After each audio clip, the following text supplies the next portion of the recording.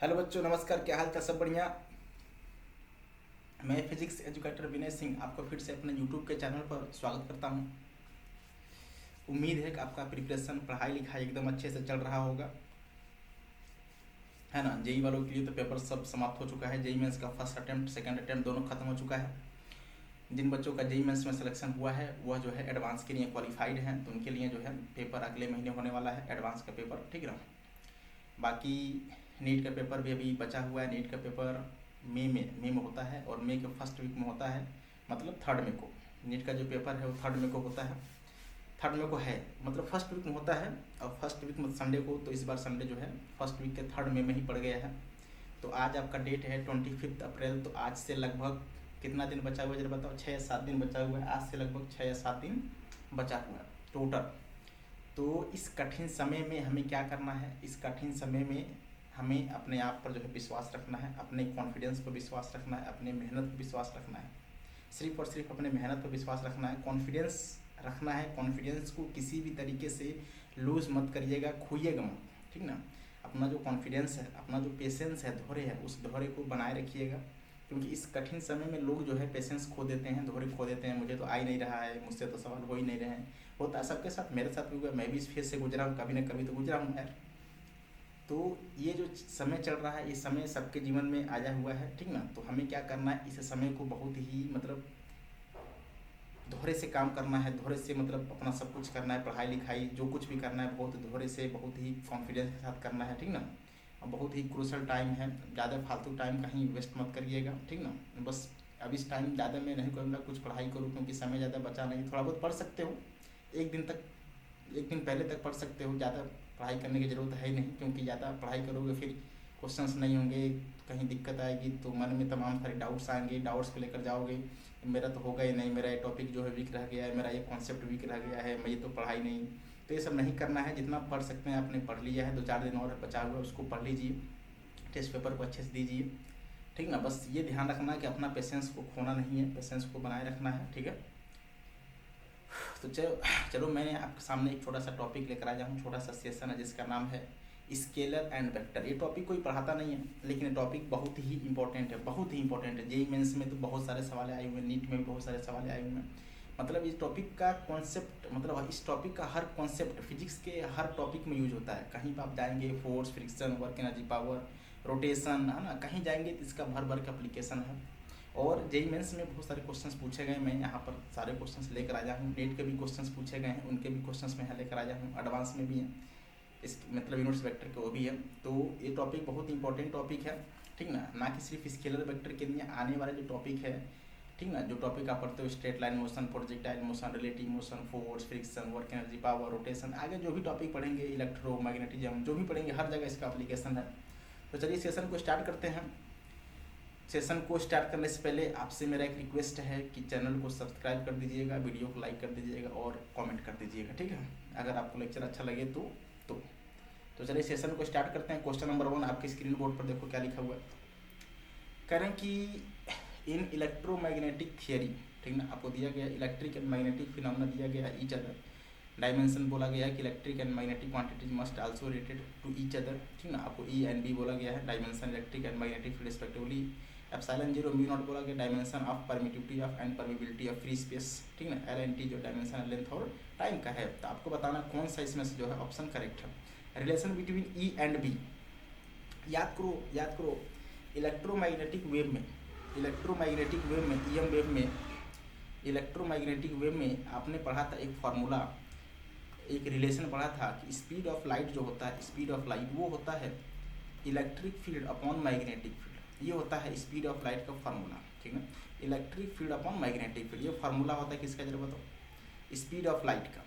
Speed of light का जो formula होता है इलेक्ट्रोमैग्नेटिक वेव में, वो electric field upon magnetic field का रेशियो होता है। मैं तुमसे पूछूं तो बताओ यहाँ से इलेक्ट्रिक फील्ड की वैल्यू कितनी आएगी? यहाँ से इलेक्ट्रिक फील्ड की वैल्यू आ जाएगी C इंटू बी। सी क्या है? स्पीड ऑफ लाइट है, क्योंकि हर जगह इलेक्ट्रिक फील्ड दिया हुआ है, इसलिए मैंने इलेक्ट्रिक फील्ड को लेफ्ट हैंड किया हुआ है। तो बताओ यहाँ से इलेक्ट्रिक फील्ड की वैल्यू कितनी आ जाएगी? एल। सी क्या है बताओ जरा? सी है स्पीड ऑफ लाइट, जिसका डायमेंशन आपको पता है L into T raised to power -1 into क्या कर दोगे बी, इंटू क्या कर दोगे बी, ठीक ना।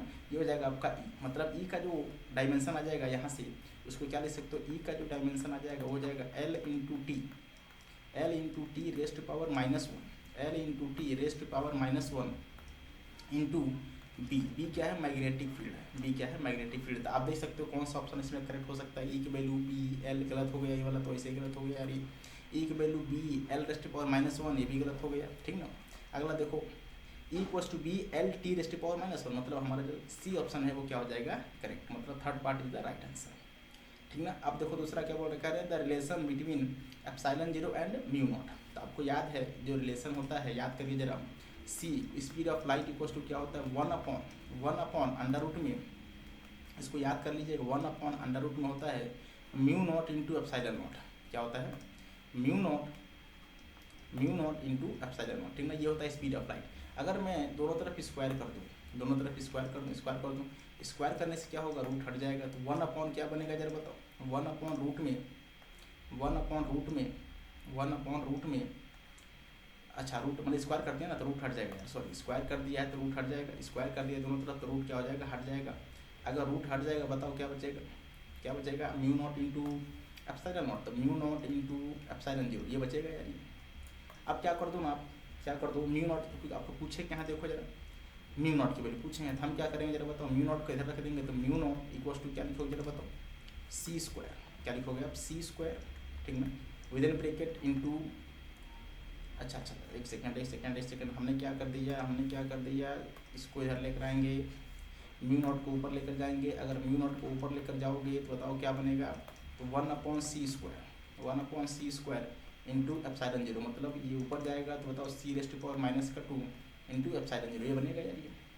अगर ये बनेगा तो बताओ μ0 की वैल्यू यहाँ से कितनी आएगी, तो μ0 बोले सी क्या है, स्पीड ऑफ लाइट मतलब LT⁻², L into T raised power -1, ठीक ना, इसका कर देंगे स्क्वायर इंटू, बताओ जरा यहाँ पर पावर ऊपर जाएगा तो ये भी माइनस हो जाएगा, तो ε0 रेस्ट पावर -1, ठीक ना, ये हो जाएगा। तो बताओ यहाँ से μ0 की वैल्यू किसके बराबर आ जाएगी, तो आप चाहो तो एक पेज और ले सकते हो, यहाँ से μ0 की वैल्यू आ जाएगी एल इंटू स्क्वायर करना है, धीरे स्क्वायर कर दीजिएगा, L² और T⁻² हो जाएगा, ठीक ना, इंटू इधर क्या बनेगा जरा बताओ, इधर बनेगा ε0, इधर क्या बनेगा ε0 रेस्ट पावर कितना जरा बताओ, ε0 रेस्ट पावर -1, ये हो जाएगा हमारा आंसर, क्या हो जाएगा, यही हमारा क्या है आंसर है, मतलब μ0 की जो वैल्यू आ जाएगी, μ0 की वैल्यू आ जाएगी L² T⁻² into ε0 rest power -1, ये हमारा आंसर है, रिलेशन है, ठीक ना। तो आप ऑप्शन पर जा सकते हो, देखो कौन सा आंसर सही हो सकता है यार ये, ठीक ना, कौन सा आंसर इसका करेक्ट हो सकता है, आप ऑप्शन पर जा सकते हो, ठीक ना, कौन सा इसका आंसर करेक्ट हो रहा है आप ऑप्शन पर जाकर देख सकते हैं कौन सा आंसर करेक्ट हो सकता है। तो चलिए मैं जा रहा हूँ ऑप्शन को देखने, देखते रहिएगा। मतलब पहला का तो ठीक है, दूसरा बताओ इधर μ0 ठीक है, इधर μ0 है, L⁻², लेकिन यहाँ पर माइनस था ये, क्योंकि ऊपर लेकर गए थे ना यार, ये ऊपर लेकर गए थे तो यहाँ पर हो जाएगा -2 और ये जाएगा -1, तो जहाँ ε0 -1 है तो L² हो जाएगा, तो L की वैल्यू माइनस, मतलब last part is the right answer. और एक क्वेश्चन देखो जे एडवांस में पूछा गया 2018 में, बहुत अच्छा सवाल है, पेपर का 1 का सवाल है, मतलब थ्योरी बेस पर मतलब क्वेश्चन सही है। अगला देखेंगे क्या है जरा बताओ, हाँ एक चीज़ ध्यान रखिएगा, यहाँ पर -1 हो जाएगा और यहाँ पर क्या हो जाएगा जरा बताओ, क्योंकि हमने क्या किया था बताओ, ये c² है ना ये, तो ऊपर जाएगा तो माइनस से मल्टीप्लाई करोगे तो यहाँ पर माइनस हो जाएगा, तो यहाँ पर हो जाएगा जरा बताओ, यहाँ पर -2 है, यहाँ पर क्या है -2 है, यहाँ पर -2 और माइनस वाला प्लस हो जाएगा, ठीक ना, यहाँ पर -2 और माइनस वाला प्लस हो जाएगा ये, ठीक ना। चलिए अगला क्वेश्चन चलते हैं।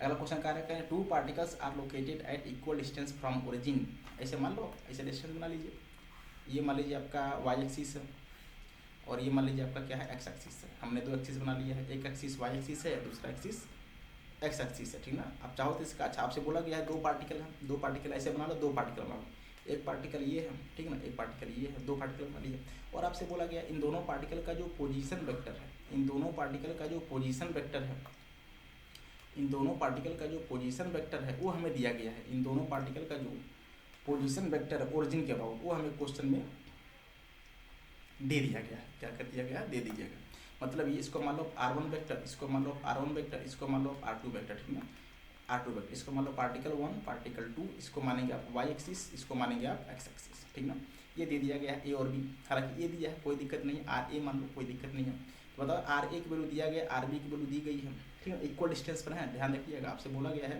कि मॉड में R1 की वैल्यू, ठीक ना, और मॉड में R2 की वैल्यू दोनों आपस में सेम है, इक्वल डिस्टेंस पर है, ठीक ना, तो दोनों को बराबर कर दो मॉड लेकर। तो बताओ मॉड इसका लोगे आप, तो बताओ मॉड में ए की वैल्यू कितनी आएगी, तो मॉड में ए की वैल्यू जरा बताइए कितना हो जाएगा, अंडर रूट में लिखिए डायरेक्ट इसमें। मॉड में ए की वैल्यू डायरेक्ट कितनी आएगी, तो मॉड में ए की वैल्यू लिखेंगे डायरेक्ट कितनी आ सकती है, 2 का स्क्वायर 4 हो जाएगा, ठीक ना, 3 का स्क्वायर 3n तो 9n स्क्वायर हो जाएगा। आगे बताओ जरा, 2 का स्क्वायर 4 हो जाएगा, ठीक है। सिमिलर जरा बताओ, 2 का स्क्वायर 4 हो जाएगा। सिमिलर बताओ जरा, सिमिलर बताओ जरा, सिमिलर मॉड बी की वैल्यू किसके बराबर, तो मॉड बी की वैल्यू किसके बराबर, अंडर रूट में क्या लिखेंगे जरा बताओ, अंडर रूट में लिखेंगे, फिर से मॉड बी की वैल्यू अंडर रूट फिर से लिखेंगे, बताओ कितना होगा, देख कर बताइए सभी लोग। 2 का स्क्वायर 4, 2 का स्क्वायर 4, ये भी 4 हो जाएगा, ठीक ना, और ये कितना हो जाएगा बताओ, 4 का स्क्वायर 16 इंटू पी स्क्वायर, ये बनेगा, ठीक है। दोनों का आपस में बराबर कर दोगे, सब कुछ वैल्यू कट जाएगी, इधर 4 4 इधर 4 4 कट जाएगा, क्या बचेगा जरा बताओ, 9 into N square, 9 into N square equal to क्या लिखोगे, 16 इंटू पी स्क्वायर, ठीक ना, ये बनेगा। इसका मतलब ये है कि यहाँ से पी स्क्वायर की वैल्यू बताओ कितनी आ जाएगी, यहाँ से आप देख सकते हो पी स्क्वायर की वैल्यू कितनी आ जाएगी, तो पी स्क्वायर की वैल्यू यहाँ से कितनी आ जाएगी, तो पी स्क्वायर को इसको मैं रख कर दे रहा हूँ, देखा पी स्क्वायर की वैल्यू कितना बराबर 3 प्लस माइनस 3n अपॉन 4, यह जाएगा हमारा पी की वैल्यू। पी स्क्वायर नहीं, डायरेक्ट पी की वैल्यू मैंने लिखा है, डायरेक्ट पी की वैल्यू लिखो, समय थोड़ा सा कम है, ज़्यादा समय नहीं है, तो पी की वैल्यू प्लस माइनस ये हो जाएगा हमारा पी की वैल्यू, ये हमारी पी की वैल्यू है, ठीक ना, ये किसकी वैल्यू है, पी की वैल्यू है इन टर्म्स ऑफ एन, क्योंकि हमें एन निकालना है, हमें निकालना क्या जरूरत है, हमें निकालना एन है। तो अगर एन निकालना है तो हम क्या करेंगे जरा बताओ, पी को यहाँ से एलिमिनेट करेंगे, पी को एलिमिनेट करेंगे। अब क्या करो जरा बताओ, पी की वैल्यू को इस वाली इक्वेशन में पुट कर दो। अब देखो आपसे भी बोला गया है कि both vectors at right angle to each other, दोनों वेक्टर एक दूसरे का राइट एंगल है। राइट एंगल बोलने का मतलब जरा बताओ क्या है, अगर आपसे बोला जा रहा है दो वेक्टर एक दूसरे का राइट एंगल है, इसका मतलब ये है कि दोनों का जो डॉट प्रोडक्ट होगा वो किसके बराबर होगा, 0 के बराबर होगा। बताया था मैंने आपको, दो वेक्टर अगर दूसरे के 90 डिग्री पर हैं, परपेंडिकुलर हैं, ऑर्थोगोनल पर हैं, तो उनका जो डॉट प्रोडक्ट होता है किसके बराबर होता है, 0 के बराबर होता है। इसका मतलब ए डॉट बी की वैल्यू किसके बराबर, 0 के बराबर, ठीक है, ऑर्थोगोनल है। मतलब इनका क्या करना है, डॉट प्रोडक्ट कर दो जरा, डॉट प्रोडक्ट 2 इंटू 2 कितना हो जाएगा जरा बताओ, 4, कितना हो जाएगा 4, ठीक ना, ये हो जाएगा माइनस का 2 इंटू 3 6 इंटू एन, ठीक ना, ये कितना हो जाएगा बताओ 2 इंटू 4 मतलब 8 इंटू पी किसके बराबर, 0 के बराबर, ठीक है।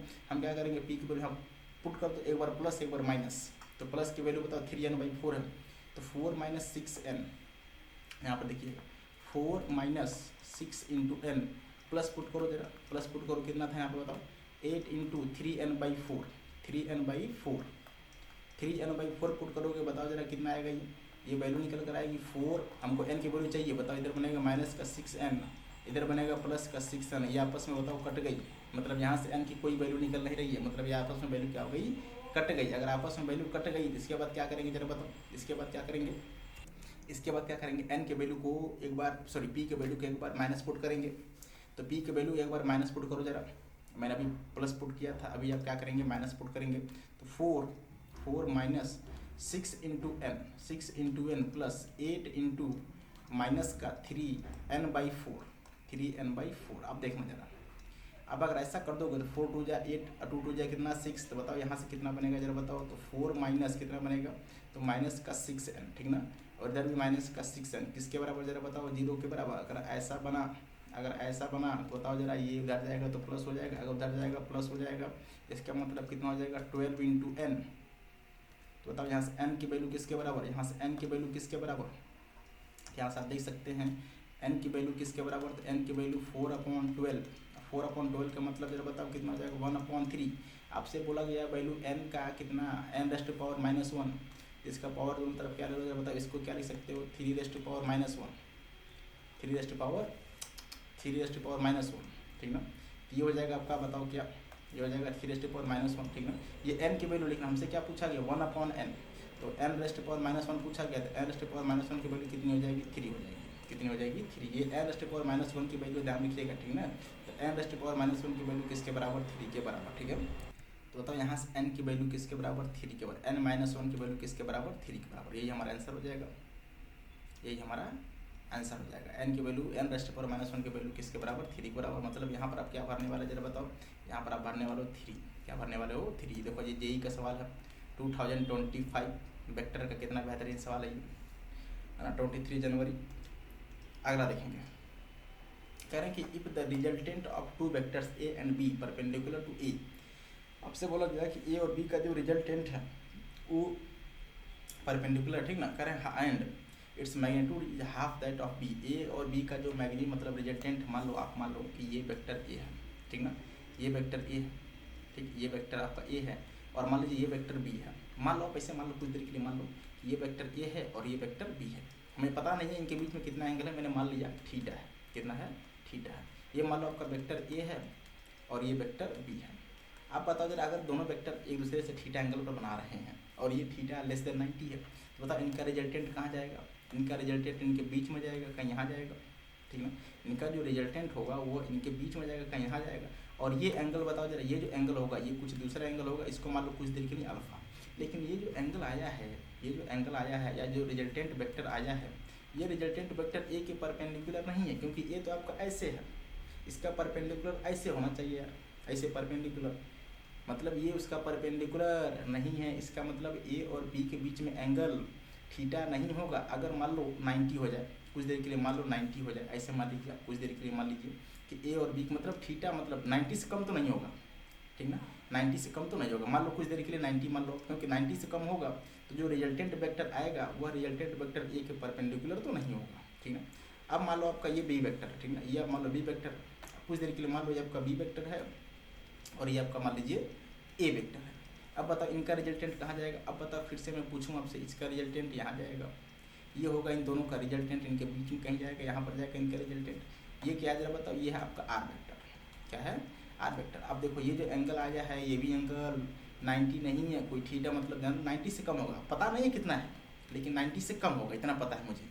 90 से कम का मतलब 80 हो सकता, सॉरी 80 हो सकता है, 75 हो सकता है, 45 हो सकता है, 60 हो सकता है, कुछ भी हो सकता है, लेकिन 90 तो नहीं होगा। इसका मतलब ए और बी के बीच में ये एंगल जो बन रहा है ये भी 90 नहीं होगा, 90 से ज़्यादा होगा।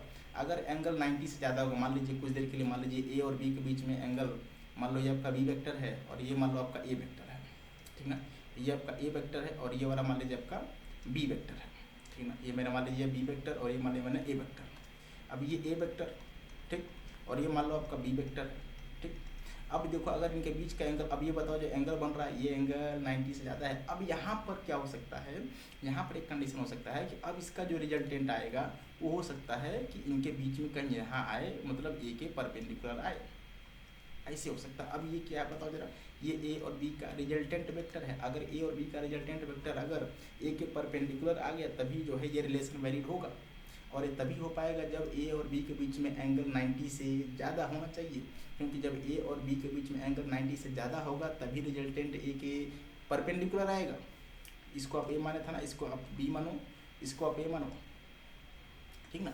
अगर ए और बी के बीच में एंगल 90 से ज़्यादा होगा तभी उनका रिजल्टेंट 90 पर आएगा, मतलब ए के परपेंडिकुलर आएगा, ठीक है। और मान लीजिए अब हम पता नहीं है कितना एंगल है ये, आप मान लो ये वाला जो एंगल बन रहा है, ये वाला जो एंगल बन रहा है इसको मान लो थीटा, क्या मान लो थीटा, इसको मान लो कुछ देर के लिए ये वाला जो एंगल है इसको मान लीजिए थीटा, ठीक है। तो बताओ इधर कंपोनेंट कौन सा जाएगा, बी का cos थीटा, ठीक है। इधर का कंपोनेंट बताओ कौन सा जाएगा, बी का साइन थीटा, बी का साइन थीटा, ये आपका ए है, ठीक ना।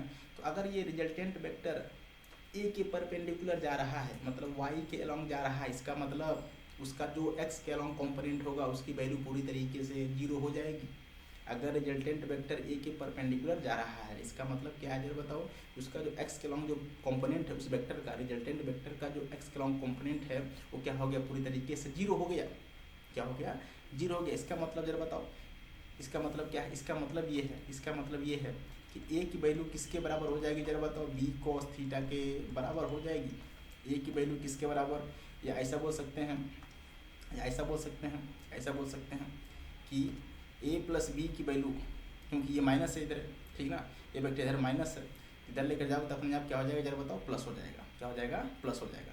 तो ए प्लस बी कैसे बोल सकते हो, ठीक ना, कि ए प्लस बी की वैल्यू, ठीक ना, ए प्लस बी की value, A plus B cos theta की वैल्यू किसके बराबर होनी चाहिए, 0 के बराबर।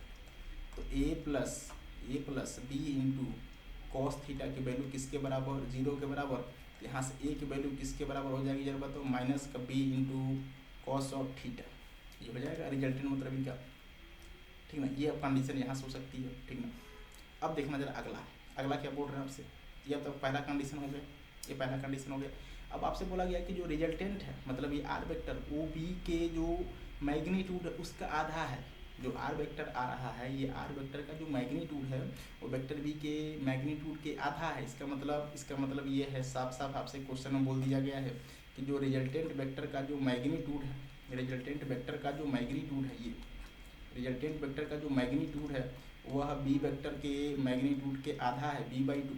और दो वेक्टर के बीच का रिजल्टेंट कितना होता है आपको अच्छी तरीके से पता है, अंडर रूट में a² + b² + 2ab cos of theta, theta angle between a and b vector, लिखोगे a का स्क्वायर, ठीक ना, प्लस b का स्क्वायर प्लस आगे बताओ 2 × a × b cos of theta, ये लिखोगे।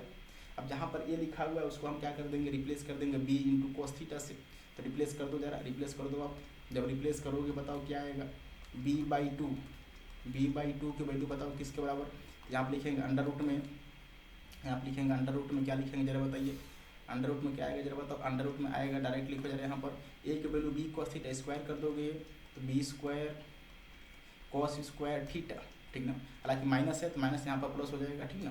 प्लस आगे बताओ जरा कितना होगा, b यहाँ पर बताओ कितना हो जाएगा, माइनस है तो यहाँ पर माइनस आ जाएगा तो 2 × b² × cos² थीटा, ठीक ना। ये माइनस हो जाएगा, दोनों तरफ स्क्वायर कर दो, दोनों तरफ स्क्वायर कर दोगे आप तो बताओ b²/4 ये हो जाएगा।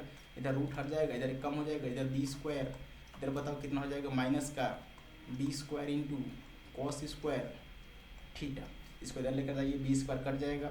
अगर b² कट जाएगा बताओ यहाँ से क्या लिख सकते हो, अगर b² कट जाएगा तो cos² थीटा की वैल्यू किसके बराबर हो जाएगी जरा बताओ, 1 - 1/4, इसका मतलब 3/4 मतलब cos² थीटा की वैल्यू किसके बराबर, 3/4 के बराबर, cos² थीटा की वैल्यू किसके बराबर, 3/4 के बराबर। इसका मतलब जरा बताओ cos थीटा की वैल्यू किसके बराबर, रूट में 3/4, रूट में 3/2, इसका मतलब थीटा की वैल्यू किसके बराबर, ये 30 डिग्री की वैल्यू है, ये थीटा की वैल्यू किसके बराबर आ गई, 30 डिग्री के बराबर आ गई। ये है 30 डिग्री, थीटा की वैल्यू 30 डिग्री, मतलब हमने जो एंगल निकाला है बताओ कितना निकाला है, 30 डिग्री, ठीक ना। जैसे तो अगला पेज भी होगा शायद, मतलब ये है कि थीटा की वैल्यू किसके बराबर जरा बताओ, थीटा की वैल्यू 30 डिग्री के बराबर आ गई। लेकिन ये थीटा ए और बी के बीच में नहीं है, ये थीटा ए और बी के बीच में नहीं है। यहाँ पर मैं देखो फिर से डायग्राम बना रहा हूँ, यहाँ पे देखना जरा, ये हमारा था बी वेक्टर, ठीक ना, और ये था हमारा ए वेक्टर, ठीक ना, ये था ए वेक्टर, और ये क्या था बताओ, ये था आपका जो आपने माना था एंगल, ये था आपने जो माना था एंगल, देखना जरा, देखिए ये ऐसे, ठीक ना, ये ऐसे था, ये इधर, ठीक, और ये इधर, ठीक है, और ये वाला इधर ऐसे। अब ये बताओ क्या था जरा बताओ, ये वाला क्या था, ये था आपका ए वेक्टर, ठीक ना, ये ए वेक्टर, ये वाला बी वेक्टर। हमने जो थीटा माना था वो ये वाला एंगल था, ये एंगल थीटा था ये। तो बताओ ये एंगल की वैल्यू कितनी है, 30, तो बताओ ये कितनी आएगी जरा बताओ, 180 - थीटा। तो angle between A and B, angle between A and B बताओ कितना हो जाएगा, A vector and B vector, A vector and B vector बताओ कितना हो जाएगा, तो हो जाएगा 180 - थीटा, 180 - थीटा। इसका मतलब बताइए जरा, इसका मतलब ये है, इसका मतलब ये है जो एंगल आ गया इसको अल्फा मान लो कुछ देर के लिए, तो 180 माइनस कितना 30 डिग्री, इसका मतलब कितना जरा बताओ 150 डिग्री। इसका मतलब ये है, इसका मतलब सीधा ये है कि अल्फा की जो वैल्यू आ गई बिटवीन ए एंड बी वो कितनी आ गई 150 डिग्री, कितनी आ गई 150 डिग्री। ये हमारा आंसर है, ये क्या है हमारा आंसर है, ठीक ना। ये है angle between A and B. तो आप यहाँ पर क्या भरोगे जरा बताओ 150, क्या भरोगे 150। देखो ये भी सवाल यही का ही है, 2024 9 अप्रैल को पूछा गया, सब वेक्टर के ही सवाल हैं ये, आप देख सकते हो। लोग इस टॉपिक को पढ़ाते नहीं ये बोल के ए तो आसान है बच्चे कर लेंगे, समझ गए। इफ़ ए एंड बी आपसे बोला गया मेक्स एन एंगल दिया गया इतना, ठीक ना, ये सब कुछ दिया गया है, मॉड में प्लस बी इतना इतना दिया गया है, ए में सब कुछ दिया गया है। आपको बताना एन का पॉजिटिव वैल्यू, तो क्या करो इसका बताओ, मॉड में दिया गया है, दोनों तरफ क्या करो, तो मॉड का मतलब होता है अंडर रूट में A square plus B square plus 2ab cos theta, लिख दो जरा यहाँ पर। तो यहाँ पर देखिए मैं लिख रहा हूँ, यहाँ पर देखिए जरा, यहाँ पर लिख रहा हूँ मैं मॉड में ए प्लस बी की वैल्यू। अब मॉड में ए प्लस बी की वैल्यू किसके बराबर होती है, A square plus B square plus 2ab cos theta, A square plus B square plus 2 into A into B cos of theta, ये हो जाएगा, ठीक है। अब ये आपसे बोला गया किसके बराबर, जरा बताओ, ये आपसे बोला गया रूट में 2 के बराबर है। ये आपसे बोला गया है कि जो वैल्यू है ये वैल्यू जो है रूट में 2 के बराबर है, रूट में 2 के बराबर है, ठीक ना। अब अच्छा इसको लिखो जरा, ये कितना होगा जरा बताओ, ये अंडर रूट में ए माइनस बी कितना होगा, तो अंडर रूट में ए माइनस बी की वैल्यू कितनी होगी जरा बताओ, अंडर रूट में ए माइनस बी की वैल्यू कितनी होगी,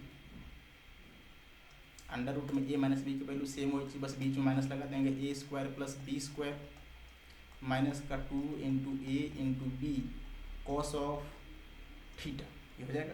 दोनों तरफ स्क्वायर कर दो आप, दोनों तरफ स्क्वायर कर दो तो बताओ क्या हो जाएगा, रूट हट जाएगा, रूट हटने के बाद इधर रूट हट जाएगा 2, तो 2 स्क्वायर प्लस 2b मतलब सब 2 हो जाएगा, इधर लेकर आओगे तो माइनस हो जाएगा, तो मैं डायरेक्ट लिख रहा हूँ माइनस का ए स्क्वायर माइनस का बी स्क्वायर, उधर जाएगा प्लस हो जाएगा, प्लस वाला माइनस हो जाएगा, तो माइनस 2 या 4 और ये ऐड हो जाएगा 2, तो माइनस का 6 into A into B into cos of theta, ठीक ना।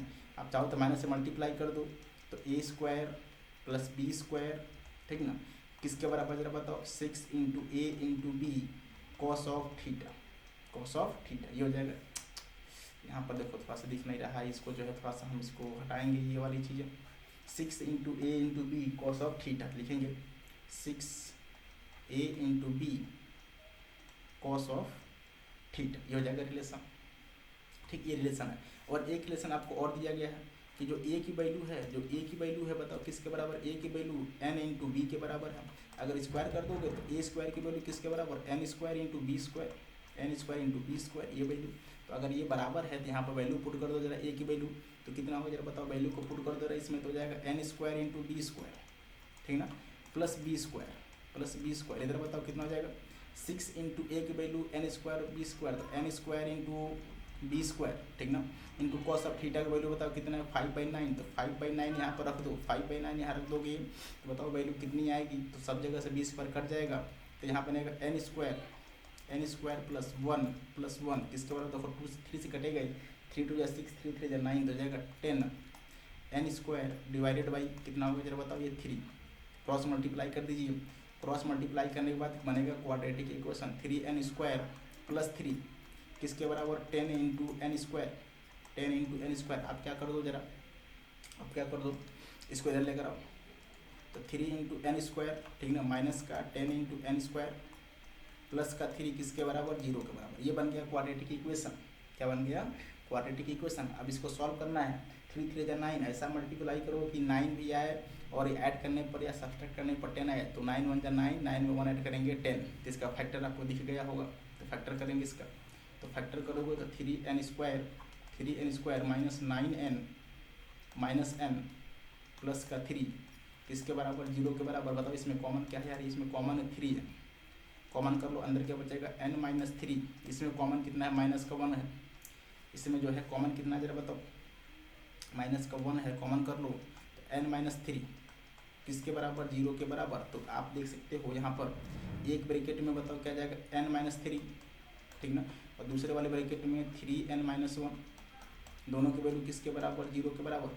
अगर दोनों की वैल्यू 0 के बराबर तो बताओ यहाँ से n की वैल्यू एक आ गई 3, और दूसरा 3n माइनस 1 की वैल्यू 0 के बराबर, यहाँ से n की वैल्यू किसके बराबर, यहाँ से n की वैल्यू देख सकते हैं आप, यहाँ से n की वैल्यू 1/3 के बराबर, तो एक n की वैल्यू 3, दूसरा बताओ n की वैल्यू 1/3। अब कौन सी वैल्यू होगी, आपसे बोला गया पॉजिटिव इंटीजर, क्या बोला गया है, इंटीजर, और इंटीजर n बराबर 3 है, n बराबर 1/3 इंटीजर नहीं है, n बराबर 1/3 क्या जरा बताओ, n बराबर 1/3 एक फ्रैक्शन है, डेसिमल नंबर है, एक फ्रैक्शन है, कैसा है, फ्रैक्शन है, तो ये इंटीजर नहीं है, इसलिए ये वाली वैल्यू को हम काउंट नहीं कर रहे हैं। कौन सा, 1/3 वाला, 1/3 वाला को हम काउंट क्यों नहीं कर रहे हैं जरा बताओ, ये आपका 1/3 है, ध्यान रखिएगा, ये क्या है, ये 1/3 है, 3 है, ठीक ना, इसको चाहो तो लिख लो यहाँ पर, ये आपका 3, इसको काउंट नहीं करेंगे, ये वाला काउंट हो जाएगा n = 3 क्योंकि ये इंटीजर है और ये फ्रैक्शन है। तो आप यहाँ पर क्या भरोगे यार बताओ, n = 3। जेई का सवाल है 2024 9 अप्रैल। देखो अगला क्वेश्चन चलेंगे, कह रहे हैं 3 वेक्टर्स OP सब कुछ दिया गया, ईच ऑफ मैग्नीट्यूड A दिया गया, ठीक है। कह रहे हैं resultant of 3 vectors is A√3, resultant बोला गया, इन तीनों का रिजल्टेंट बोला गया, कोई दिक्कत नहीं, एकदम सुपर सवाल है। मतलब इसका भी मैग्नीट्यूड रेडियस A है, इसका भी मैग्नीट्यूड रेडियस A है और इसका भी मैग्नीट्यूड रेडियस A। बताओ इन दोनों का Q और P का बताओ रिजल्टेंट का इधर जाएगा, Q और P का जो रिजल्टेंट होगा इधर जाएगा। बताओ ये कितना होगा, ये बताओ। दोनों वेक्टर एक दूसरे से 90 डिग्री के एंगल पर हैं। अगर दो वेक्टर एक दूसरे से 90 डिग्री के एंगल पर होते हैं तो उनका रिजल्टेंट कितना होता है, √A² + B² + 2AB cos of 90। cos of 90 value 0 हो जाएगी, √A² + B², दोनों का मैग्नीट्यूड सेम है। तो √A² + A² मतलब A को बात करेंगे, अंदर क्या बचेगा, √2। इसका मतलब ये जो वैल्यू आ जाएगी बताओ कितनी आ जाएगा, ये √2 और ये A है। बताओ जरा ये एंगल कितना होगा, ये भी एंगल कितना हो जाएगा 45 और ये 45 दिया। बताओ दो वेक्टर, यहाँ से देखो मैं बना रहा हूँ आपसे, यहाँ मैं आपको एक डायग्राम बना रहा हूँ, देखिएगा जरा। ये आपका है वेक्टर ये है, ठीक ना, जिसकी वैल्यू दी गई कितनी निकाला हमने A√2, और दूसरा वेक्टर ये है, दूसरा वेक्टर ये है। बताओ जरा ये कितनी है, ये कितनी है जरा बताओ। ये है आपका A, इसका मैग्नीट्यूड A, इसका मैग्नीट्यूड A/A × √2। बताओ ये एंगल कितना जरा बताओ, 90 डिग्री। कितना है, 90 डिग्री। देखो 45 कितना हो जाएगा, 90 डिग्री। बताओ इनका रिजल्टेंट कहीं इनके बीच में जाएगा, इनका रिजल्टेंट कहीं इनके बीच में जाएगा, ऐसे जाएगा रिजल्टेंट, ये उनका रिजल्टेंट होगा। बोलिए भाई अब रिजल्टेंट कितना हो जरा बताओ। तो आपको पता है रिजल्टेंट का फार्मूला बताओ जरा। रिजल्टेंट का फार्मूला होता है √A² + B²। यहाँ पर लिख दे रहा हूँ मैं एक बार, √A² + B² + 2AB cos of theta, √A² + B² + 2 × A × B cos of theta. और यहाँ पर आप देख सकते हो cos ऑफ थीटा। बताओ थीटा की वैल्यू किसके बराबर है, थीटा की वैल्यू 90 डिग्री के एंगल के बराबर है। ये वैल्यू आपको हमने यहाँ से निकाली है, थीटा की वैल्यू 90 के बराबर है। अगर थीटा की वैल्यू 90 के बराबर है, इसका मतलब जरा बताओ क्या कर सकते हो, ये वाली वैल्यू डायरेक्ट क्या हो गई, 0 हो गई। क्या हो गई, 0 हो गई, मतलब ये वैल्यू डायरेक्ट 0 हो गई। अब अंदर A² + B² मतलब A√2 का स्क्वायर प्लस A का स्क्वायर। तो यहाँ पर लिखेंगे R की वैल्यू मैग्नीट्यूड है, ध्यान रखिएगा। अंडर रूट में क्या लिखोगे जरा बताओ, अंडर रूट में लिखोगे A/√2 का होल स्क्वायर, A/√2 का होल स्क्वायर। तो लिखिए जरा A × √2, तो A² × 2 हो जाएगा, रूट हट जाएगा, प्लस A² हो जाएगा। बताओ कितना हो जाएगा जरा बताओ, ये हो जाएगा आपका कितना जरा बताइए। यहाँ से आप देख सकते हो R की जो वैल्यू आ जाएगी, R की वैल्यू A को बाहर कर दो, अंदर क्या बचेगा जरा बताओ, √3। और आपको बोला गया था कि जो रिजल्टेंट वेक्टर आ जाता था बताओ कितना था, A √x। इसका मतलब ये है कि x की वैल्यू किसके बराबर, 3 के बराबर। हमने आंसर निकाल लिया है, x की वैल्यू किसके बराबर, 3 के बराबर। यही हमारा आंसर है, यही हमारा क्या है आंसर। A बराबर क्या बताओ जरा, x बराबर √3, यही हमारा आंसर है, ठीक है। तो आप देख सकते हो यहाँ पर क्या भरना है जरा बताओ, यहाँ पर भरना है 3, ठीक ना। 2024 8 अप्रैल। देखो मतलब 24 में ही सब सवाल हैं जी के। अगला क्वेश्चन चलेंगे। अरे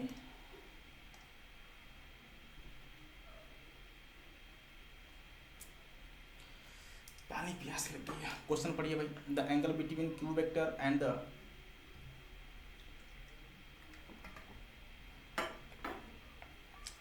रिजल्टेंट ऑफ। तो पहले इनका रिजल्टेंट लिखो आप, कुछ नहीं है, कुछ नहीं, सवाल में कुछ नहीं है। पहले इन दोनों का रिजल्टेंट मान लीजिए, इन दोनों का रिजल्टेंट कितना है नहीं पता है। मैंने मान लिया इन दोनों का रिजल्टेंट A वेक्टर के बराबर है। किसके बराबर, A वेक्टर नहीं पता है मुझे, मैंने मान लिया इन दोनों का रिजल्टेंट, मतलब दो वेक्टर का एडिशन करना है।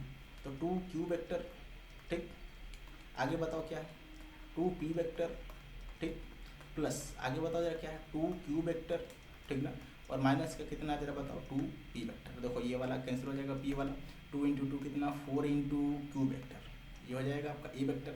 दूसरा B वेक्टर आपको दिया गया, B वेक्टर मान लीजिए आपको दिया गया कितना जरा बताओ, Q का वेक्टर, ये दिया गया। इनके बीच में बोला गया एंगल, तो दो वेक्टर के बीच में एंगल कैसे निकालते हो, तो A.B कैसे निकालते हो, A.B, ठीक ना, किसके बराबर, mod A। यहाँ पर बताओ क्या है, mod B × cos of theta. ये होता है दो वेक्टर के बीच का एंगल निकालने का फॉर्मूला। A.B = mod में A mod में B × cos ऑफ थीटा। ये होता है एंगल बिटवीन दो वेक्टर के बीच में एंगल निकालना है ये, ठीक ना। अब ए और बी बताओ क्यू है दोनों का सेम डायरेक्शन में है, तो Q into Q same direction 1 हो जाएगा। तो बताओ क्या करोगे, बताओ ए की वैल्यू कितनी है, तो 4 इंटू क्यू, ठीक ना, 4 इंटू क्यू। आगे बताओ क्या लिखोगे आप, आगे 4 इंटू क्यू, ठीक ना, किसके बराबर हो जाएगा बताओ, ए का स्क्वायर बताओ कितना हो जाएगा, मॉड ए का मतलब सिर्फ 4 क्यू हो जाएगा, 4 क्यू, इधर भी क्यू हो जाएगा इंटू कॉस ऑफ थीटा हो जाएगा, कॉस ऑफ थीटा। इसका मतलब जरा बताइए, इसका मतलब इधर हो जाएगा 4 इंटू क्यू का स्क्वायर, इधर बताओ कितना हो जाएगा, इधर भी हो जाएगा 4 इंटू कैपिटल क्यू का square into cos of theta. तो बताओ यहाँ से मैं पूछूँ कॉस ऑफ थीटा की वैल्यू किसके बराबर होता है, क्या बोलोगे, 4 Q square divided by 4 Q square. इसका मतलब वैल्यू 1 आ गई। अगर वैल्यू 1 आ गई तो कॉस थीटा की वैल्यू अगर 1 आ गई, कॉस थीटा की वैल्यू अगर 1 आ गई तो थीटा की वैल्यू जरा बताओ कितनी आ जाएगी। तो थीटा की वैल्यू ऑब्वियस सी बात है किसके बराबर, 0 डिग्री के बराबर। थीटा की वैल्यू अगर 1 आ गई तो कॉस मतलब कॉस थीटा की वैल्यू अगर 1 आ गई तो थीटा की वैल्यू ऑब्वियस सी बात है कितनी, 0, कितनी 0। तो ये हमारा आंसर हो जाएगा 0 डिग्री, 0 डिग्री हमारा आंसर हो जाएगा। तो हम लोग आंसर के बहुत करीब थे, लगभग पहुंच गए थे। तो यहाँ पर आप लिख सकते हो 0 degree, third part is the right answer, 2024 5 अप्रैल। ठीक है, अगला क्वेश्चन देखेंगे। अगला क्वेश्चन क्या है, 2 वेक्टर F1 एंड F2 बोला गया एक्टिंग ऑन अ बॉडी, ठीक, कोई दिक्कत नहीं, ऑन फोर्स मैग्नीट्यूड बोला गया थ्राइस दैट ऑफ, ठीक है। कह रहे हैं resultant of 2 vector equal to the force of larger vector, कह रहे हैं the angle between F1 F2 क्या होगी। देखो ये सवाल थोड़ा सा बेहतरीन सवाल है ये, ठीक ना, पढ़ने से लग रहा है। कह रहे हैं कि 2 फोर्स हैं, कह रहे हैं 1 force has magnitude thrice that of B। तो मान लीजिए F1 की वैल्यू, मान लीजिए F1 की वैल्यू 3 टाइम्स F2 है, नहीं पता है F1 F2 मान लो, और मान लीजिए कि F2 की वैल्यू किसके बराबर, F मान लो, F मान लो। अगर F2 की वैल्यू F हो गई तो बताओ F1 की वैल्यू किसके बराबर, 3 इंटू F हो जाएगा।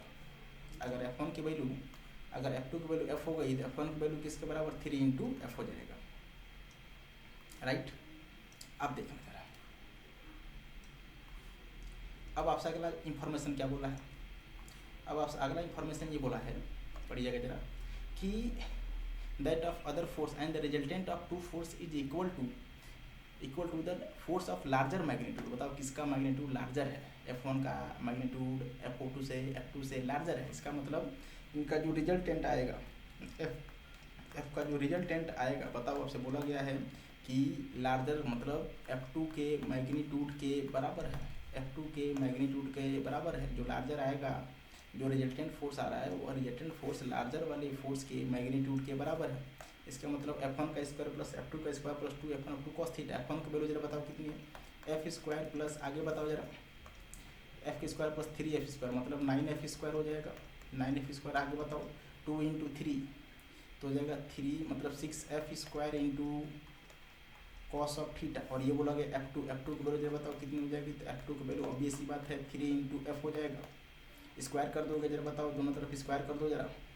तो बताओ अगर F2 की वैल्यू यहाँ से देखिए जरा, F2 की वैल्यू अगर ये आ गई हम क्या कर देंगे, बताओ दोनों तरफ स्क्वायर कर देंगे, हम क्या कर देंगे, दोनों तरफ स्क्वायर कर देंगे। अगर आप दोनों तरफ स्क्वायर कर दोगे तो बताओ क्या मिलेगा, अगर आप दोनों तरफ स्क्वायर कर दोगे तो 3 का स्क्वायर 9 हो जाएगा, रूट हट जाएगा, तो इधर क्या लिखोगे जरा बताओ, इधर आप क्या लिखोगे, तो लिखोगे आप 9F का स्क्वायर, ठीक ना, इधर हो जाएगा F square plus 9F square मतलब F10 स्क्वायर प्लस कितना हो जाएगा 6 into F square into cos of theta. ये बनेगा यार, ये इधर जाएगा माइनस हो जाएगा यार, ये इधर जाएगा तो माइनस हो जाएगा, अगर उधर जाएगा तो माइनस हो जाएगा, कैलकुलेट हो रहा है क्या, 2 इंटू 3।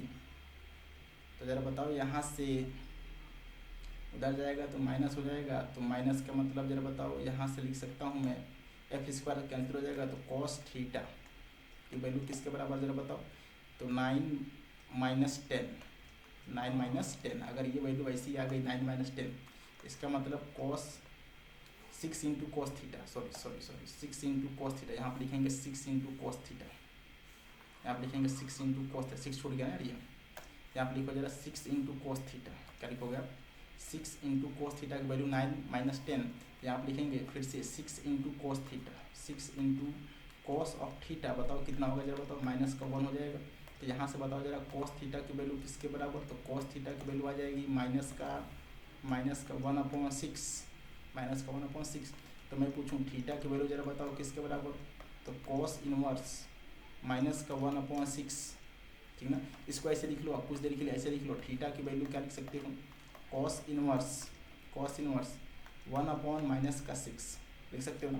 और ये हमें दिया गया था, बताओ जरा क्वेश्चन में, कॉस इनवर्स 1/mod में n, तो बताओ यहाँ से मॉड में n, इसको बताओ n की वैल्यू किसके बराबर आ जाएगी, तो n की वैल्यू देख रहे हो डायरेक्ट किसके बराबर, 6 के बराबर, क्योंकि मॉड में वैल्यू पूछी गई है।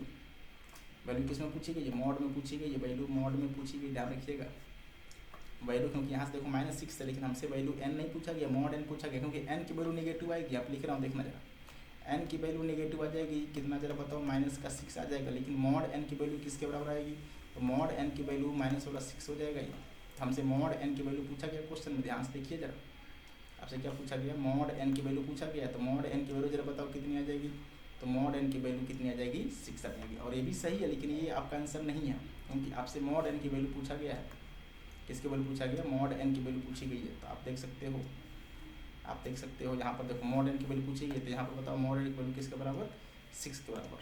2024 देखो कितना बेहतरीन सवाल है ये, कुछ नहीं करना था, जब आपसे बोला था इस टाइम बस इसको ऐड करते जाना है, 3 का स्क्वायर 3 2 6, इधर जाएगा 3 का स्क्वायर 9, इधर 10, उधर जाएगा तो मैथ्स हो जाएगा। नेक्स्ट क्वेश्चन चलते हैं, करें two force having magnitude a and a/2 perpendicular to each other then magnitude of resultant. एकदम सिंपल सवाल, सोपा सवाल एकदम। दो आपसे वेक्टर बोला गया है, ए वेक्टर मान लो ए है, ठीक ना, दूसरा वेक्टर मान लो ये है, ठीक ना। ये वेक्टर ए मान लीजिए, दोनों का आपको मैग्नीट्यूड दिया गया है, ठीक ना, दोनों का मैग्नीट्यूड क्वेश्चन में दे दिया गया है। इसका मान लो मैग्नीट्यूड ए है और इसका मैग्नीट्यूड बोला गया कितना है, a/2 है। बताओ जो इनका रिजल्टेंट होगा, बताओ कहाँ मिलेगा, इनका जो रिजल्टेंट होगा कहीं के बीच में मिलेगा, यहाँ मिलेगा, ठीक ना। और आपसे बोला गया है जो रिजल्टेंट है ये हो जाएगा उसका रिजल्टेंट, ए का रिजल्टेंट, ठीक ना। तो बताओ जरा इनका जो मैग्नीट्यूड आएगा बताओ कितना आएगा, लिख सकते हैं यहाँ पर मॉड ए की वैल्यू, दो वेक्टर एक दूसरे से 90 डिग्री के एंगल पर हैं, और दो वेक्टर अगर एक दूसरे से 90 डिग्री के एंगल पर होते हैं, बताओ उसके रिजल्टेंट का जो मैग्नीट्यूड होता है क्या होता है। मैं फार्मूला लिख रहा हूँ, फिर से लिखिएगा, फार्मूला याद हो जाना चाहिए सभी को, अंडर रूट में a² + b² + 2ab cos of theta, तो a² + b², ठीक ना, प्लस आगे बताओ 2 × a × b cos of theta, ये होता है फार्मूला। बताओ थीटा की वैल्यू यहाँ पर कितनी है, यहाँ पर थीटा की वैल्यू कितनी है जरा बताओ, ए और बी के बीच में कितना एंगल है, 90 डिग्री, ए और बी के बीच में कितना एंगल है, 90 डिग्री। इसका मतलब थीटा की वैल्यू यहाँ पर किसके बराबर है जरा बताओ, थीटा की वैल्यू 90 के बराबर है, थीटा की वैल्यू 90 के बराबर है। अब देखना जरा, तो यहाँ से क्या करोगे, आर की वैल्यू को जरा पुट कर दो, तो आर की वैल्यू बताओ अंडर रूट में क्या आएगी जरा बताइए, आर की वैल्यू आएगी अंडर रूट में, यहाँ पर देखिए मैं लिख रहा हूँ, यहाँ पर मैं लिख रहा हूँ आर की वैल्यू अंडर रूट में क्या आने वाली है, देखिएगा जरा, तो a का स्क्वायर तो a का स्क्वायर हो जाएगा, ठीक ना, प्लस a/2 का स्क्वायर तो a² / 4 हो जाएगा, ठीक ना, और ये 0 हो जाएगा। इसको ऐड करोगे या बताओ तो कितना हो जाएगा, तो ऐड कर दो तो 5a² / 2 हो जाएगा। तो मॉड में जो r की वैल्यू आ गई, देखिए जरा बताओ कितनी आ गई हूँ, यहाँ पर मैं लिख रहा हूँ, देखिएगा जरा, यहाँ पर मैं लिख रहा हूँ कितना जाएगा, a² + a² / 4, इसका मतलब क्या है कि 5a² / 4 ये आ जाएगा आपकी वैल्यू। तो अगर ये आ जाएगा तो बताओ मॉड में इसकी वैल्यू निकालो जरा, 5 रूट में रह जाएगा, ठीक, डिवाइडेड बाई 4 का रूट 2 × a, ये हो जाएगा। ये इसका मतलब सीधा ये है कि जो रिजल्टेंट आएगा, इसका मतलब ये है सीधा तो जो रिजल्टेंट आएगा बताओ उस रिजल्टेंट की जो वैल्यू आएगी बताओ कितनी आएगी, अंडर रूट में 5, यहाँ पर लिख लीजिए अंडर रूट में 5, ठीक ना, डिवाइडेड बाई 2 × a, ये हो जाएगा हमारा आंसर। ये हमारा क्या है बताइए, ये हमारा आंसर है, अंडर रूट में 5, ठीक ना, डिवाइडेड बाई 2 × a, ये हमारा क्या है बताइए, ये हमारा आंसर है। तो आप ऑप्शन पर जा सकते हो, ऑप्शन है क्या 5 रूट में 5, ये 4th part is the right answer. 2023 8th अप्रैल को पूछा गया सवाल है। अगला क्वेश्चन चलेंगे, क्वेश्चन नंबर 9 करें, if the magnitude of sum of two vector equal to the magnitude of difference of two vector. अब देखो क्या बोला गया, कितना अच्छा सवाल है। दो वेक्टर का जो है, मान लो दो वेक्टर ए और बी है, उनका क्या कर दो, ऐड कर दो, ठीक ना, उसका सम और मैग्नीट्यूड का सम और उनके मैग्नीट्यूड का डिफरेंस का सम दोनों आपस में बराबर, ऐसा बोला गया है। ऐसा सवाल बताओ कितने किए थे, याद है क्या, बहुत सवाल किए थे। दोनों तरफ स्क्वायर कर देंगे, बताओ ये हो जाएगा अंडर रूट में a² + b² लिख लो यार, यहाँ पर लिखता हूँ, देखिए यार यहाँ पर लिखता हूँ मैं, यहाँ पर डायरेक्ट लिख रहा हूँ तो यहाँ पर डायरेक्ट लिखोगे तो हो जाएगा अंडर रूट में A square plus B square plus 2ab cos of theta. यहाँ पर लिखेंगे डायरेक्ट लिखेंगे A square plus B square plus B square, ठीक ना, प्लस कितना जरा बताओ, प्लस हो जाएगा 2 into A into B cos of theta, plus वाला है। अब ये किसके बराबर हो जाएगा जरा बताओ, और ये किसके बराबर हो जाएगा, ये बराबर हो जाएगा आपके, ये बराबर हो जाएगा आपके किसके, अंडर रूट में सॉरी मॉड में ए माइनस बी, और मॉड में ए माइनस बी की वैल्यू किसके बराबर, A square minus B square, यहाँ लिखेंगे A square plus B square, ठीक ना, माइनस का 2 into A into B cos of theta, cos of theta. दोनों तरफ स्क्वायर कर दो रूट हट जाएगा, दोनों तरफ स्क्वायर कर दो रूट हट जाएगा, रूट हटने से क्या बनेगा जरा बताओ, A square plus A square cut जाएगा दोनों तरफ से, ए स्क्वायर लिख दे रहा हूँ मैं एक बार, A square plus B square plus 2 into A into B cos of theta किसके बराबर जरा बताओ, A square plus B square minus का 2 into A into B cos of theta. ये सारी वैल्यू कट जाएगी, ये माइनस इधर आएगा तो प्लस हो जाएगा, तो बताओ माइनस का कितना हो जाएगा जरा बताओ, माइनस का हो जाएगा इधर प्लस आ जाएगा तो 4 into A into B into cos of theta की वैल्यू किसके बराबर, 0 के बराबर। तो बताओ यहाँ से कॉस थीटा की वैल्यू किसके बराबर, 0 के बराबर। इसका मतलब सीधे सीधे ये है कि थीटा की वैल्यू किसके बराबर, 90 डिग्री के बराबर, ऐसे को बोलते हैं π/2 के बराबर। ये हो जाएगा हमारा आंसर, क्या हो जाएगा आंसर, थीटा की वैल्यू किसके बराबर, 90 डिग्री के बराबर। ये याद भी बहुत लोग को जाता है कि दो वेक्टर का मैग्नीट्यूड का सम अगर उन दोनों के मैग्नीट्यूड मतलब डिफरेंस के मैग्नीट्यूड बराबर हो तो उसका जो है एंगल बिटवीन वेक्टर कितना हो जाएगा बताओ जरा, 90 डिग्री कितना हो जाएगा।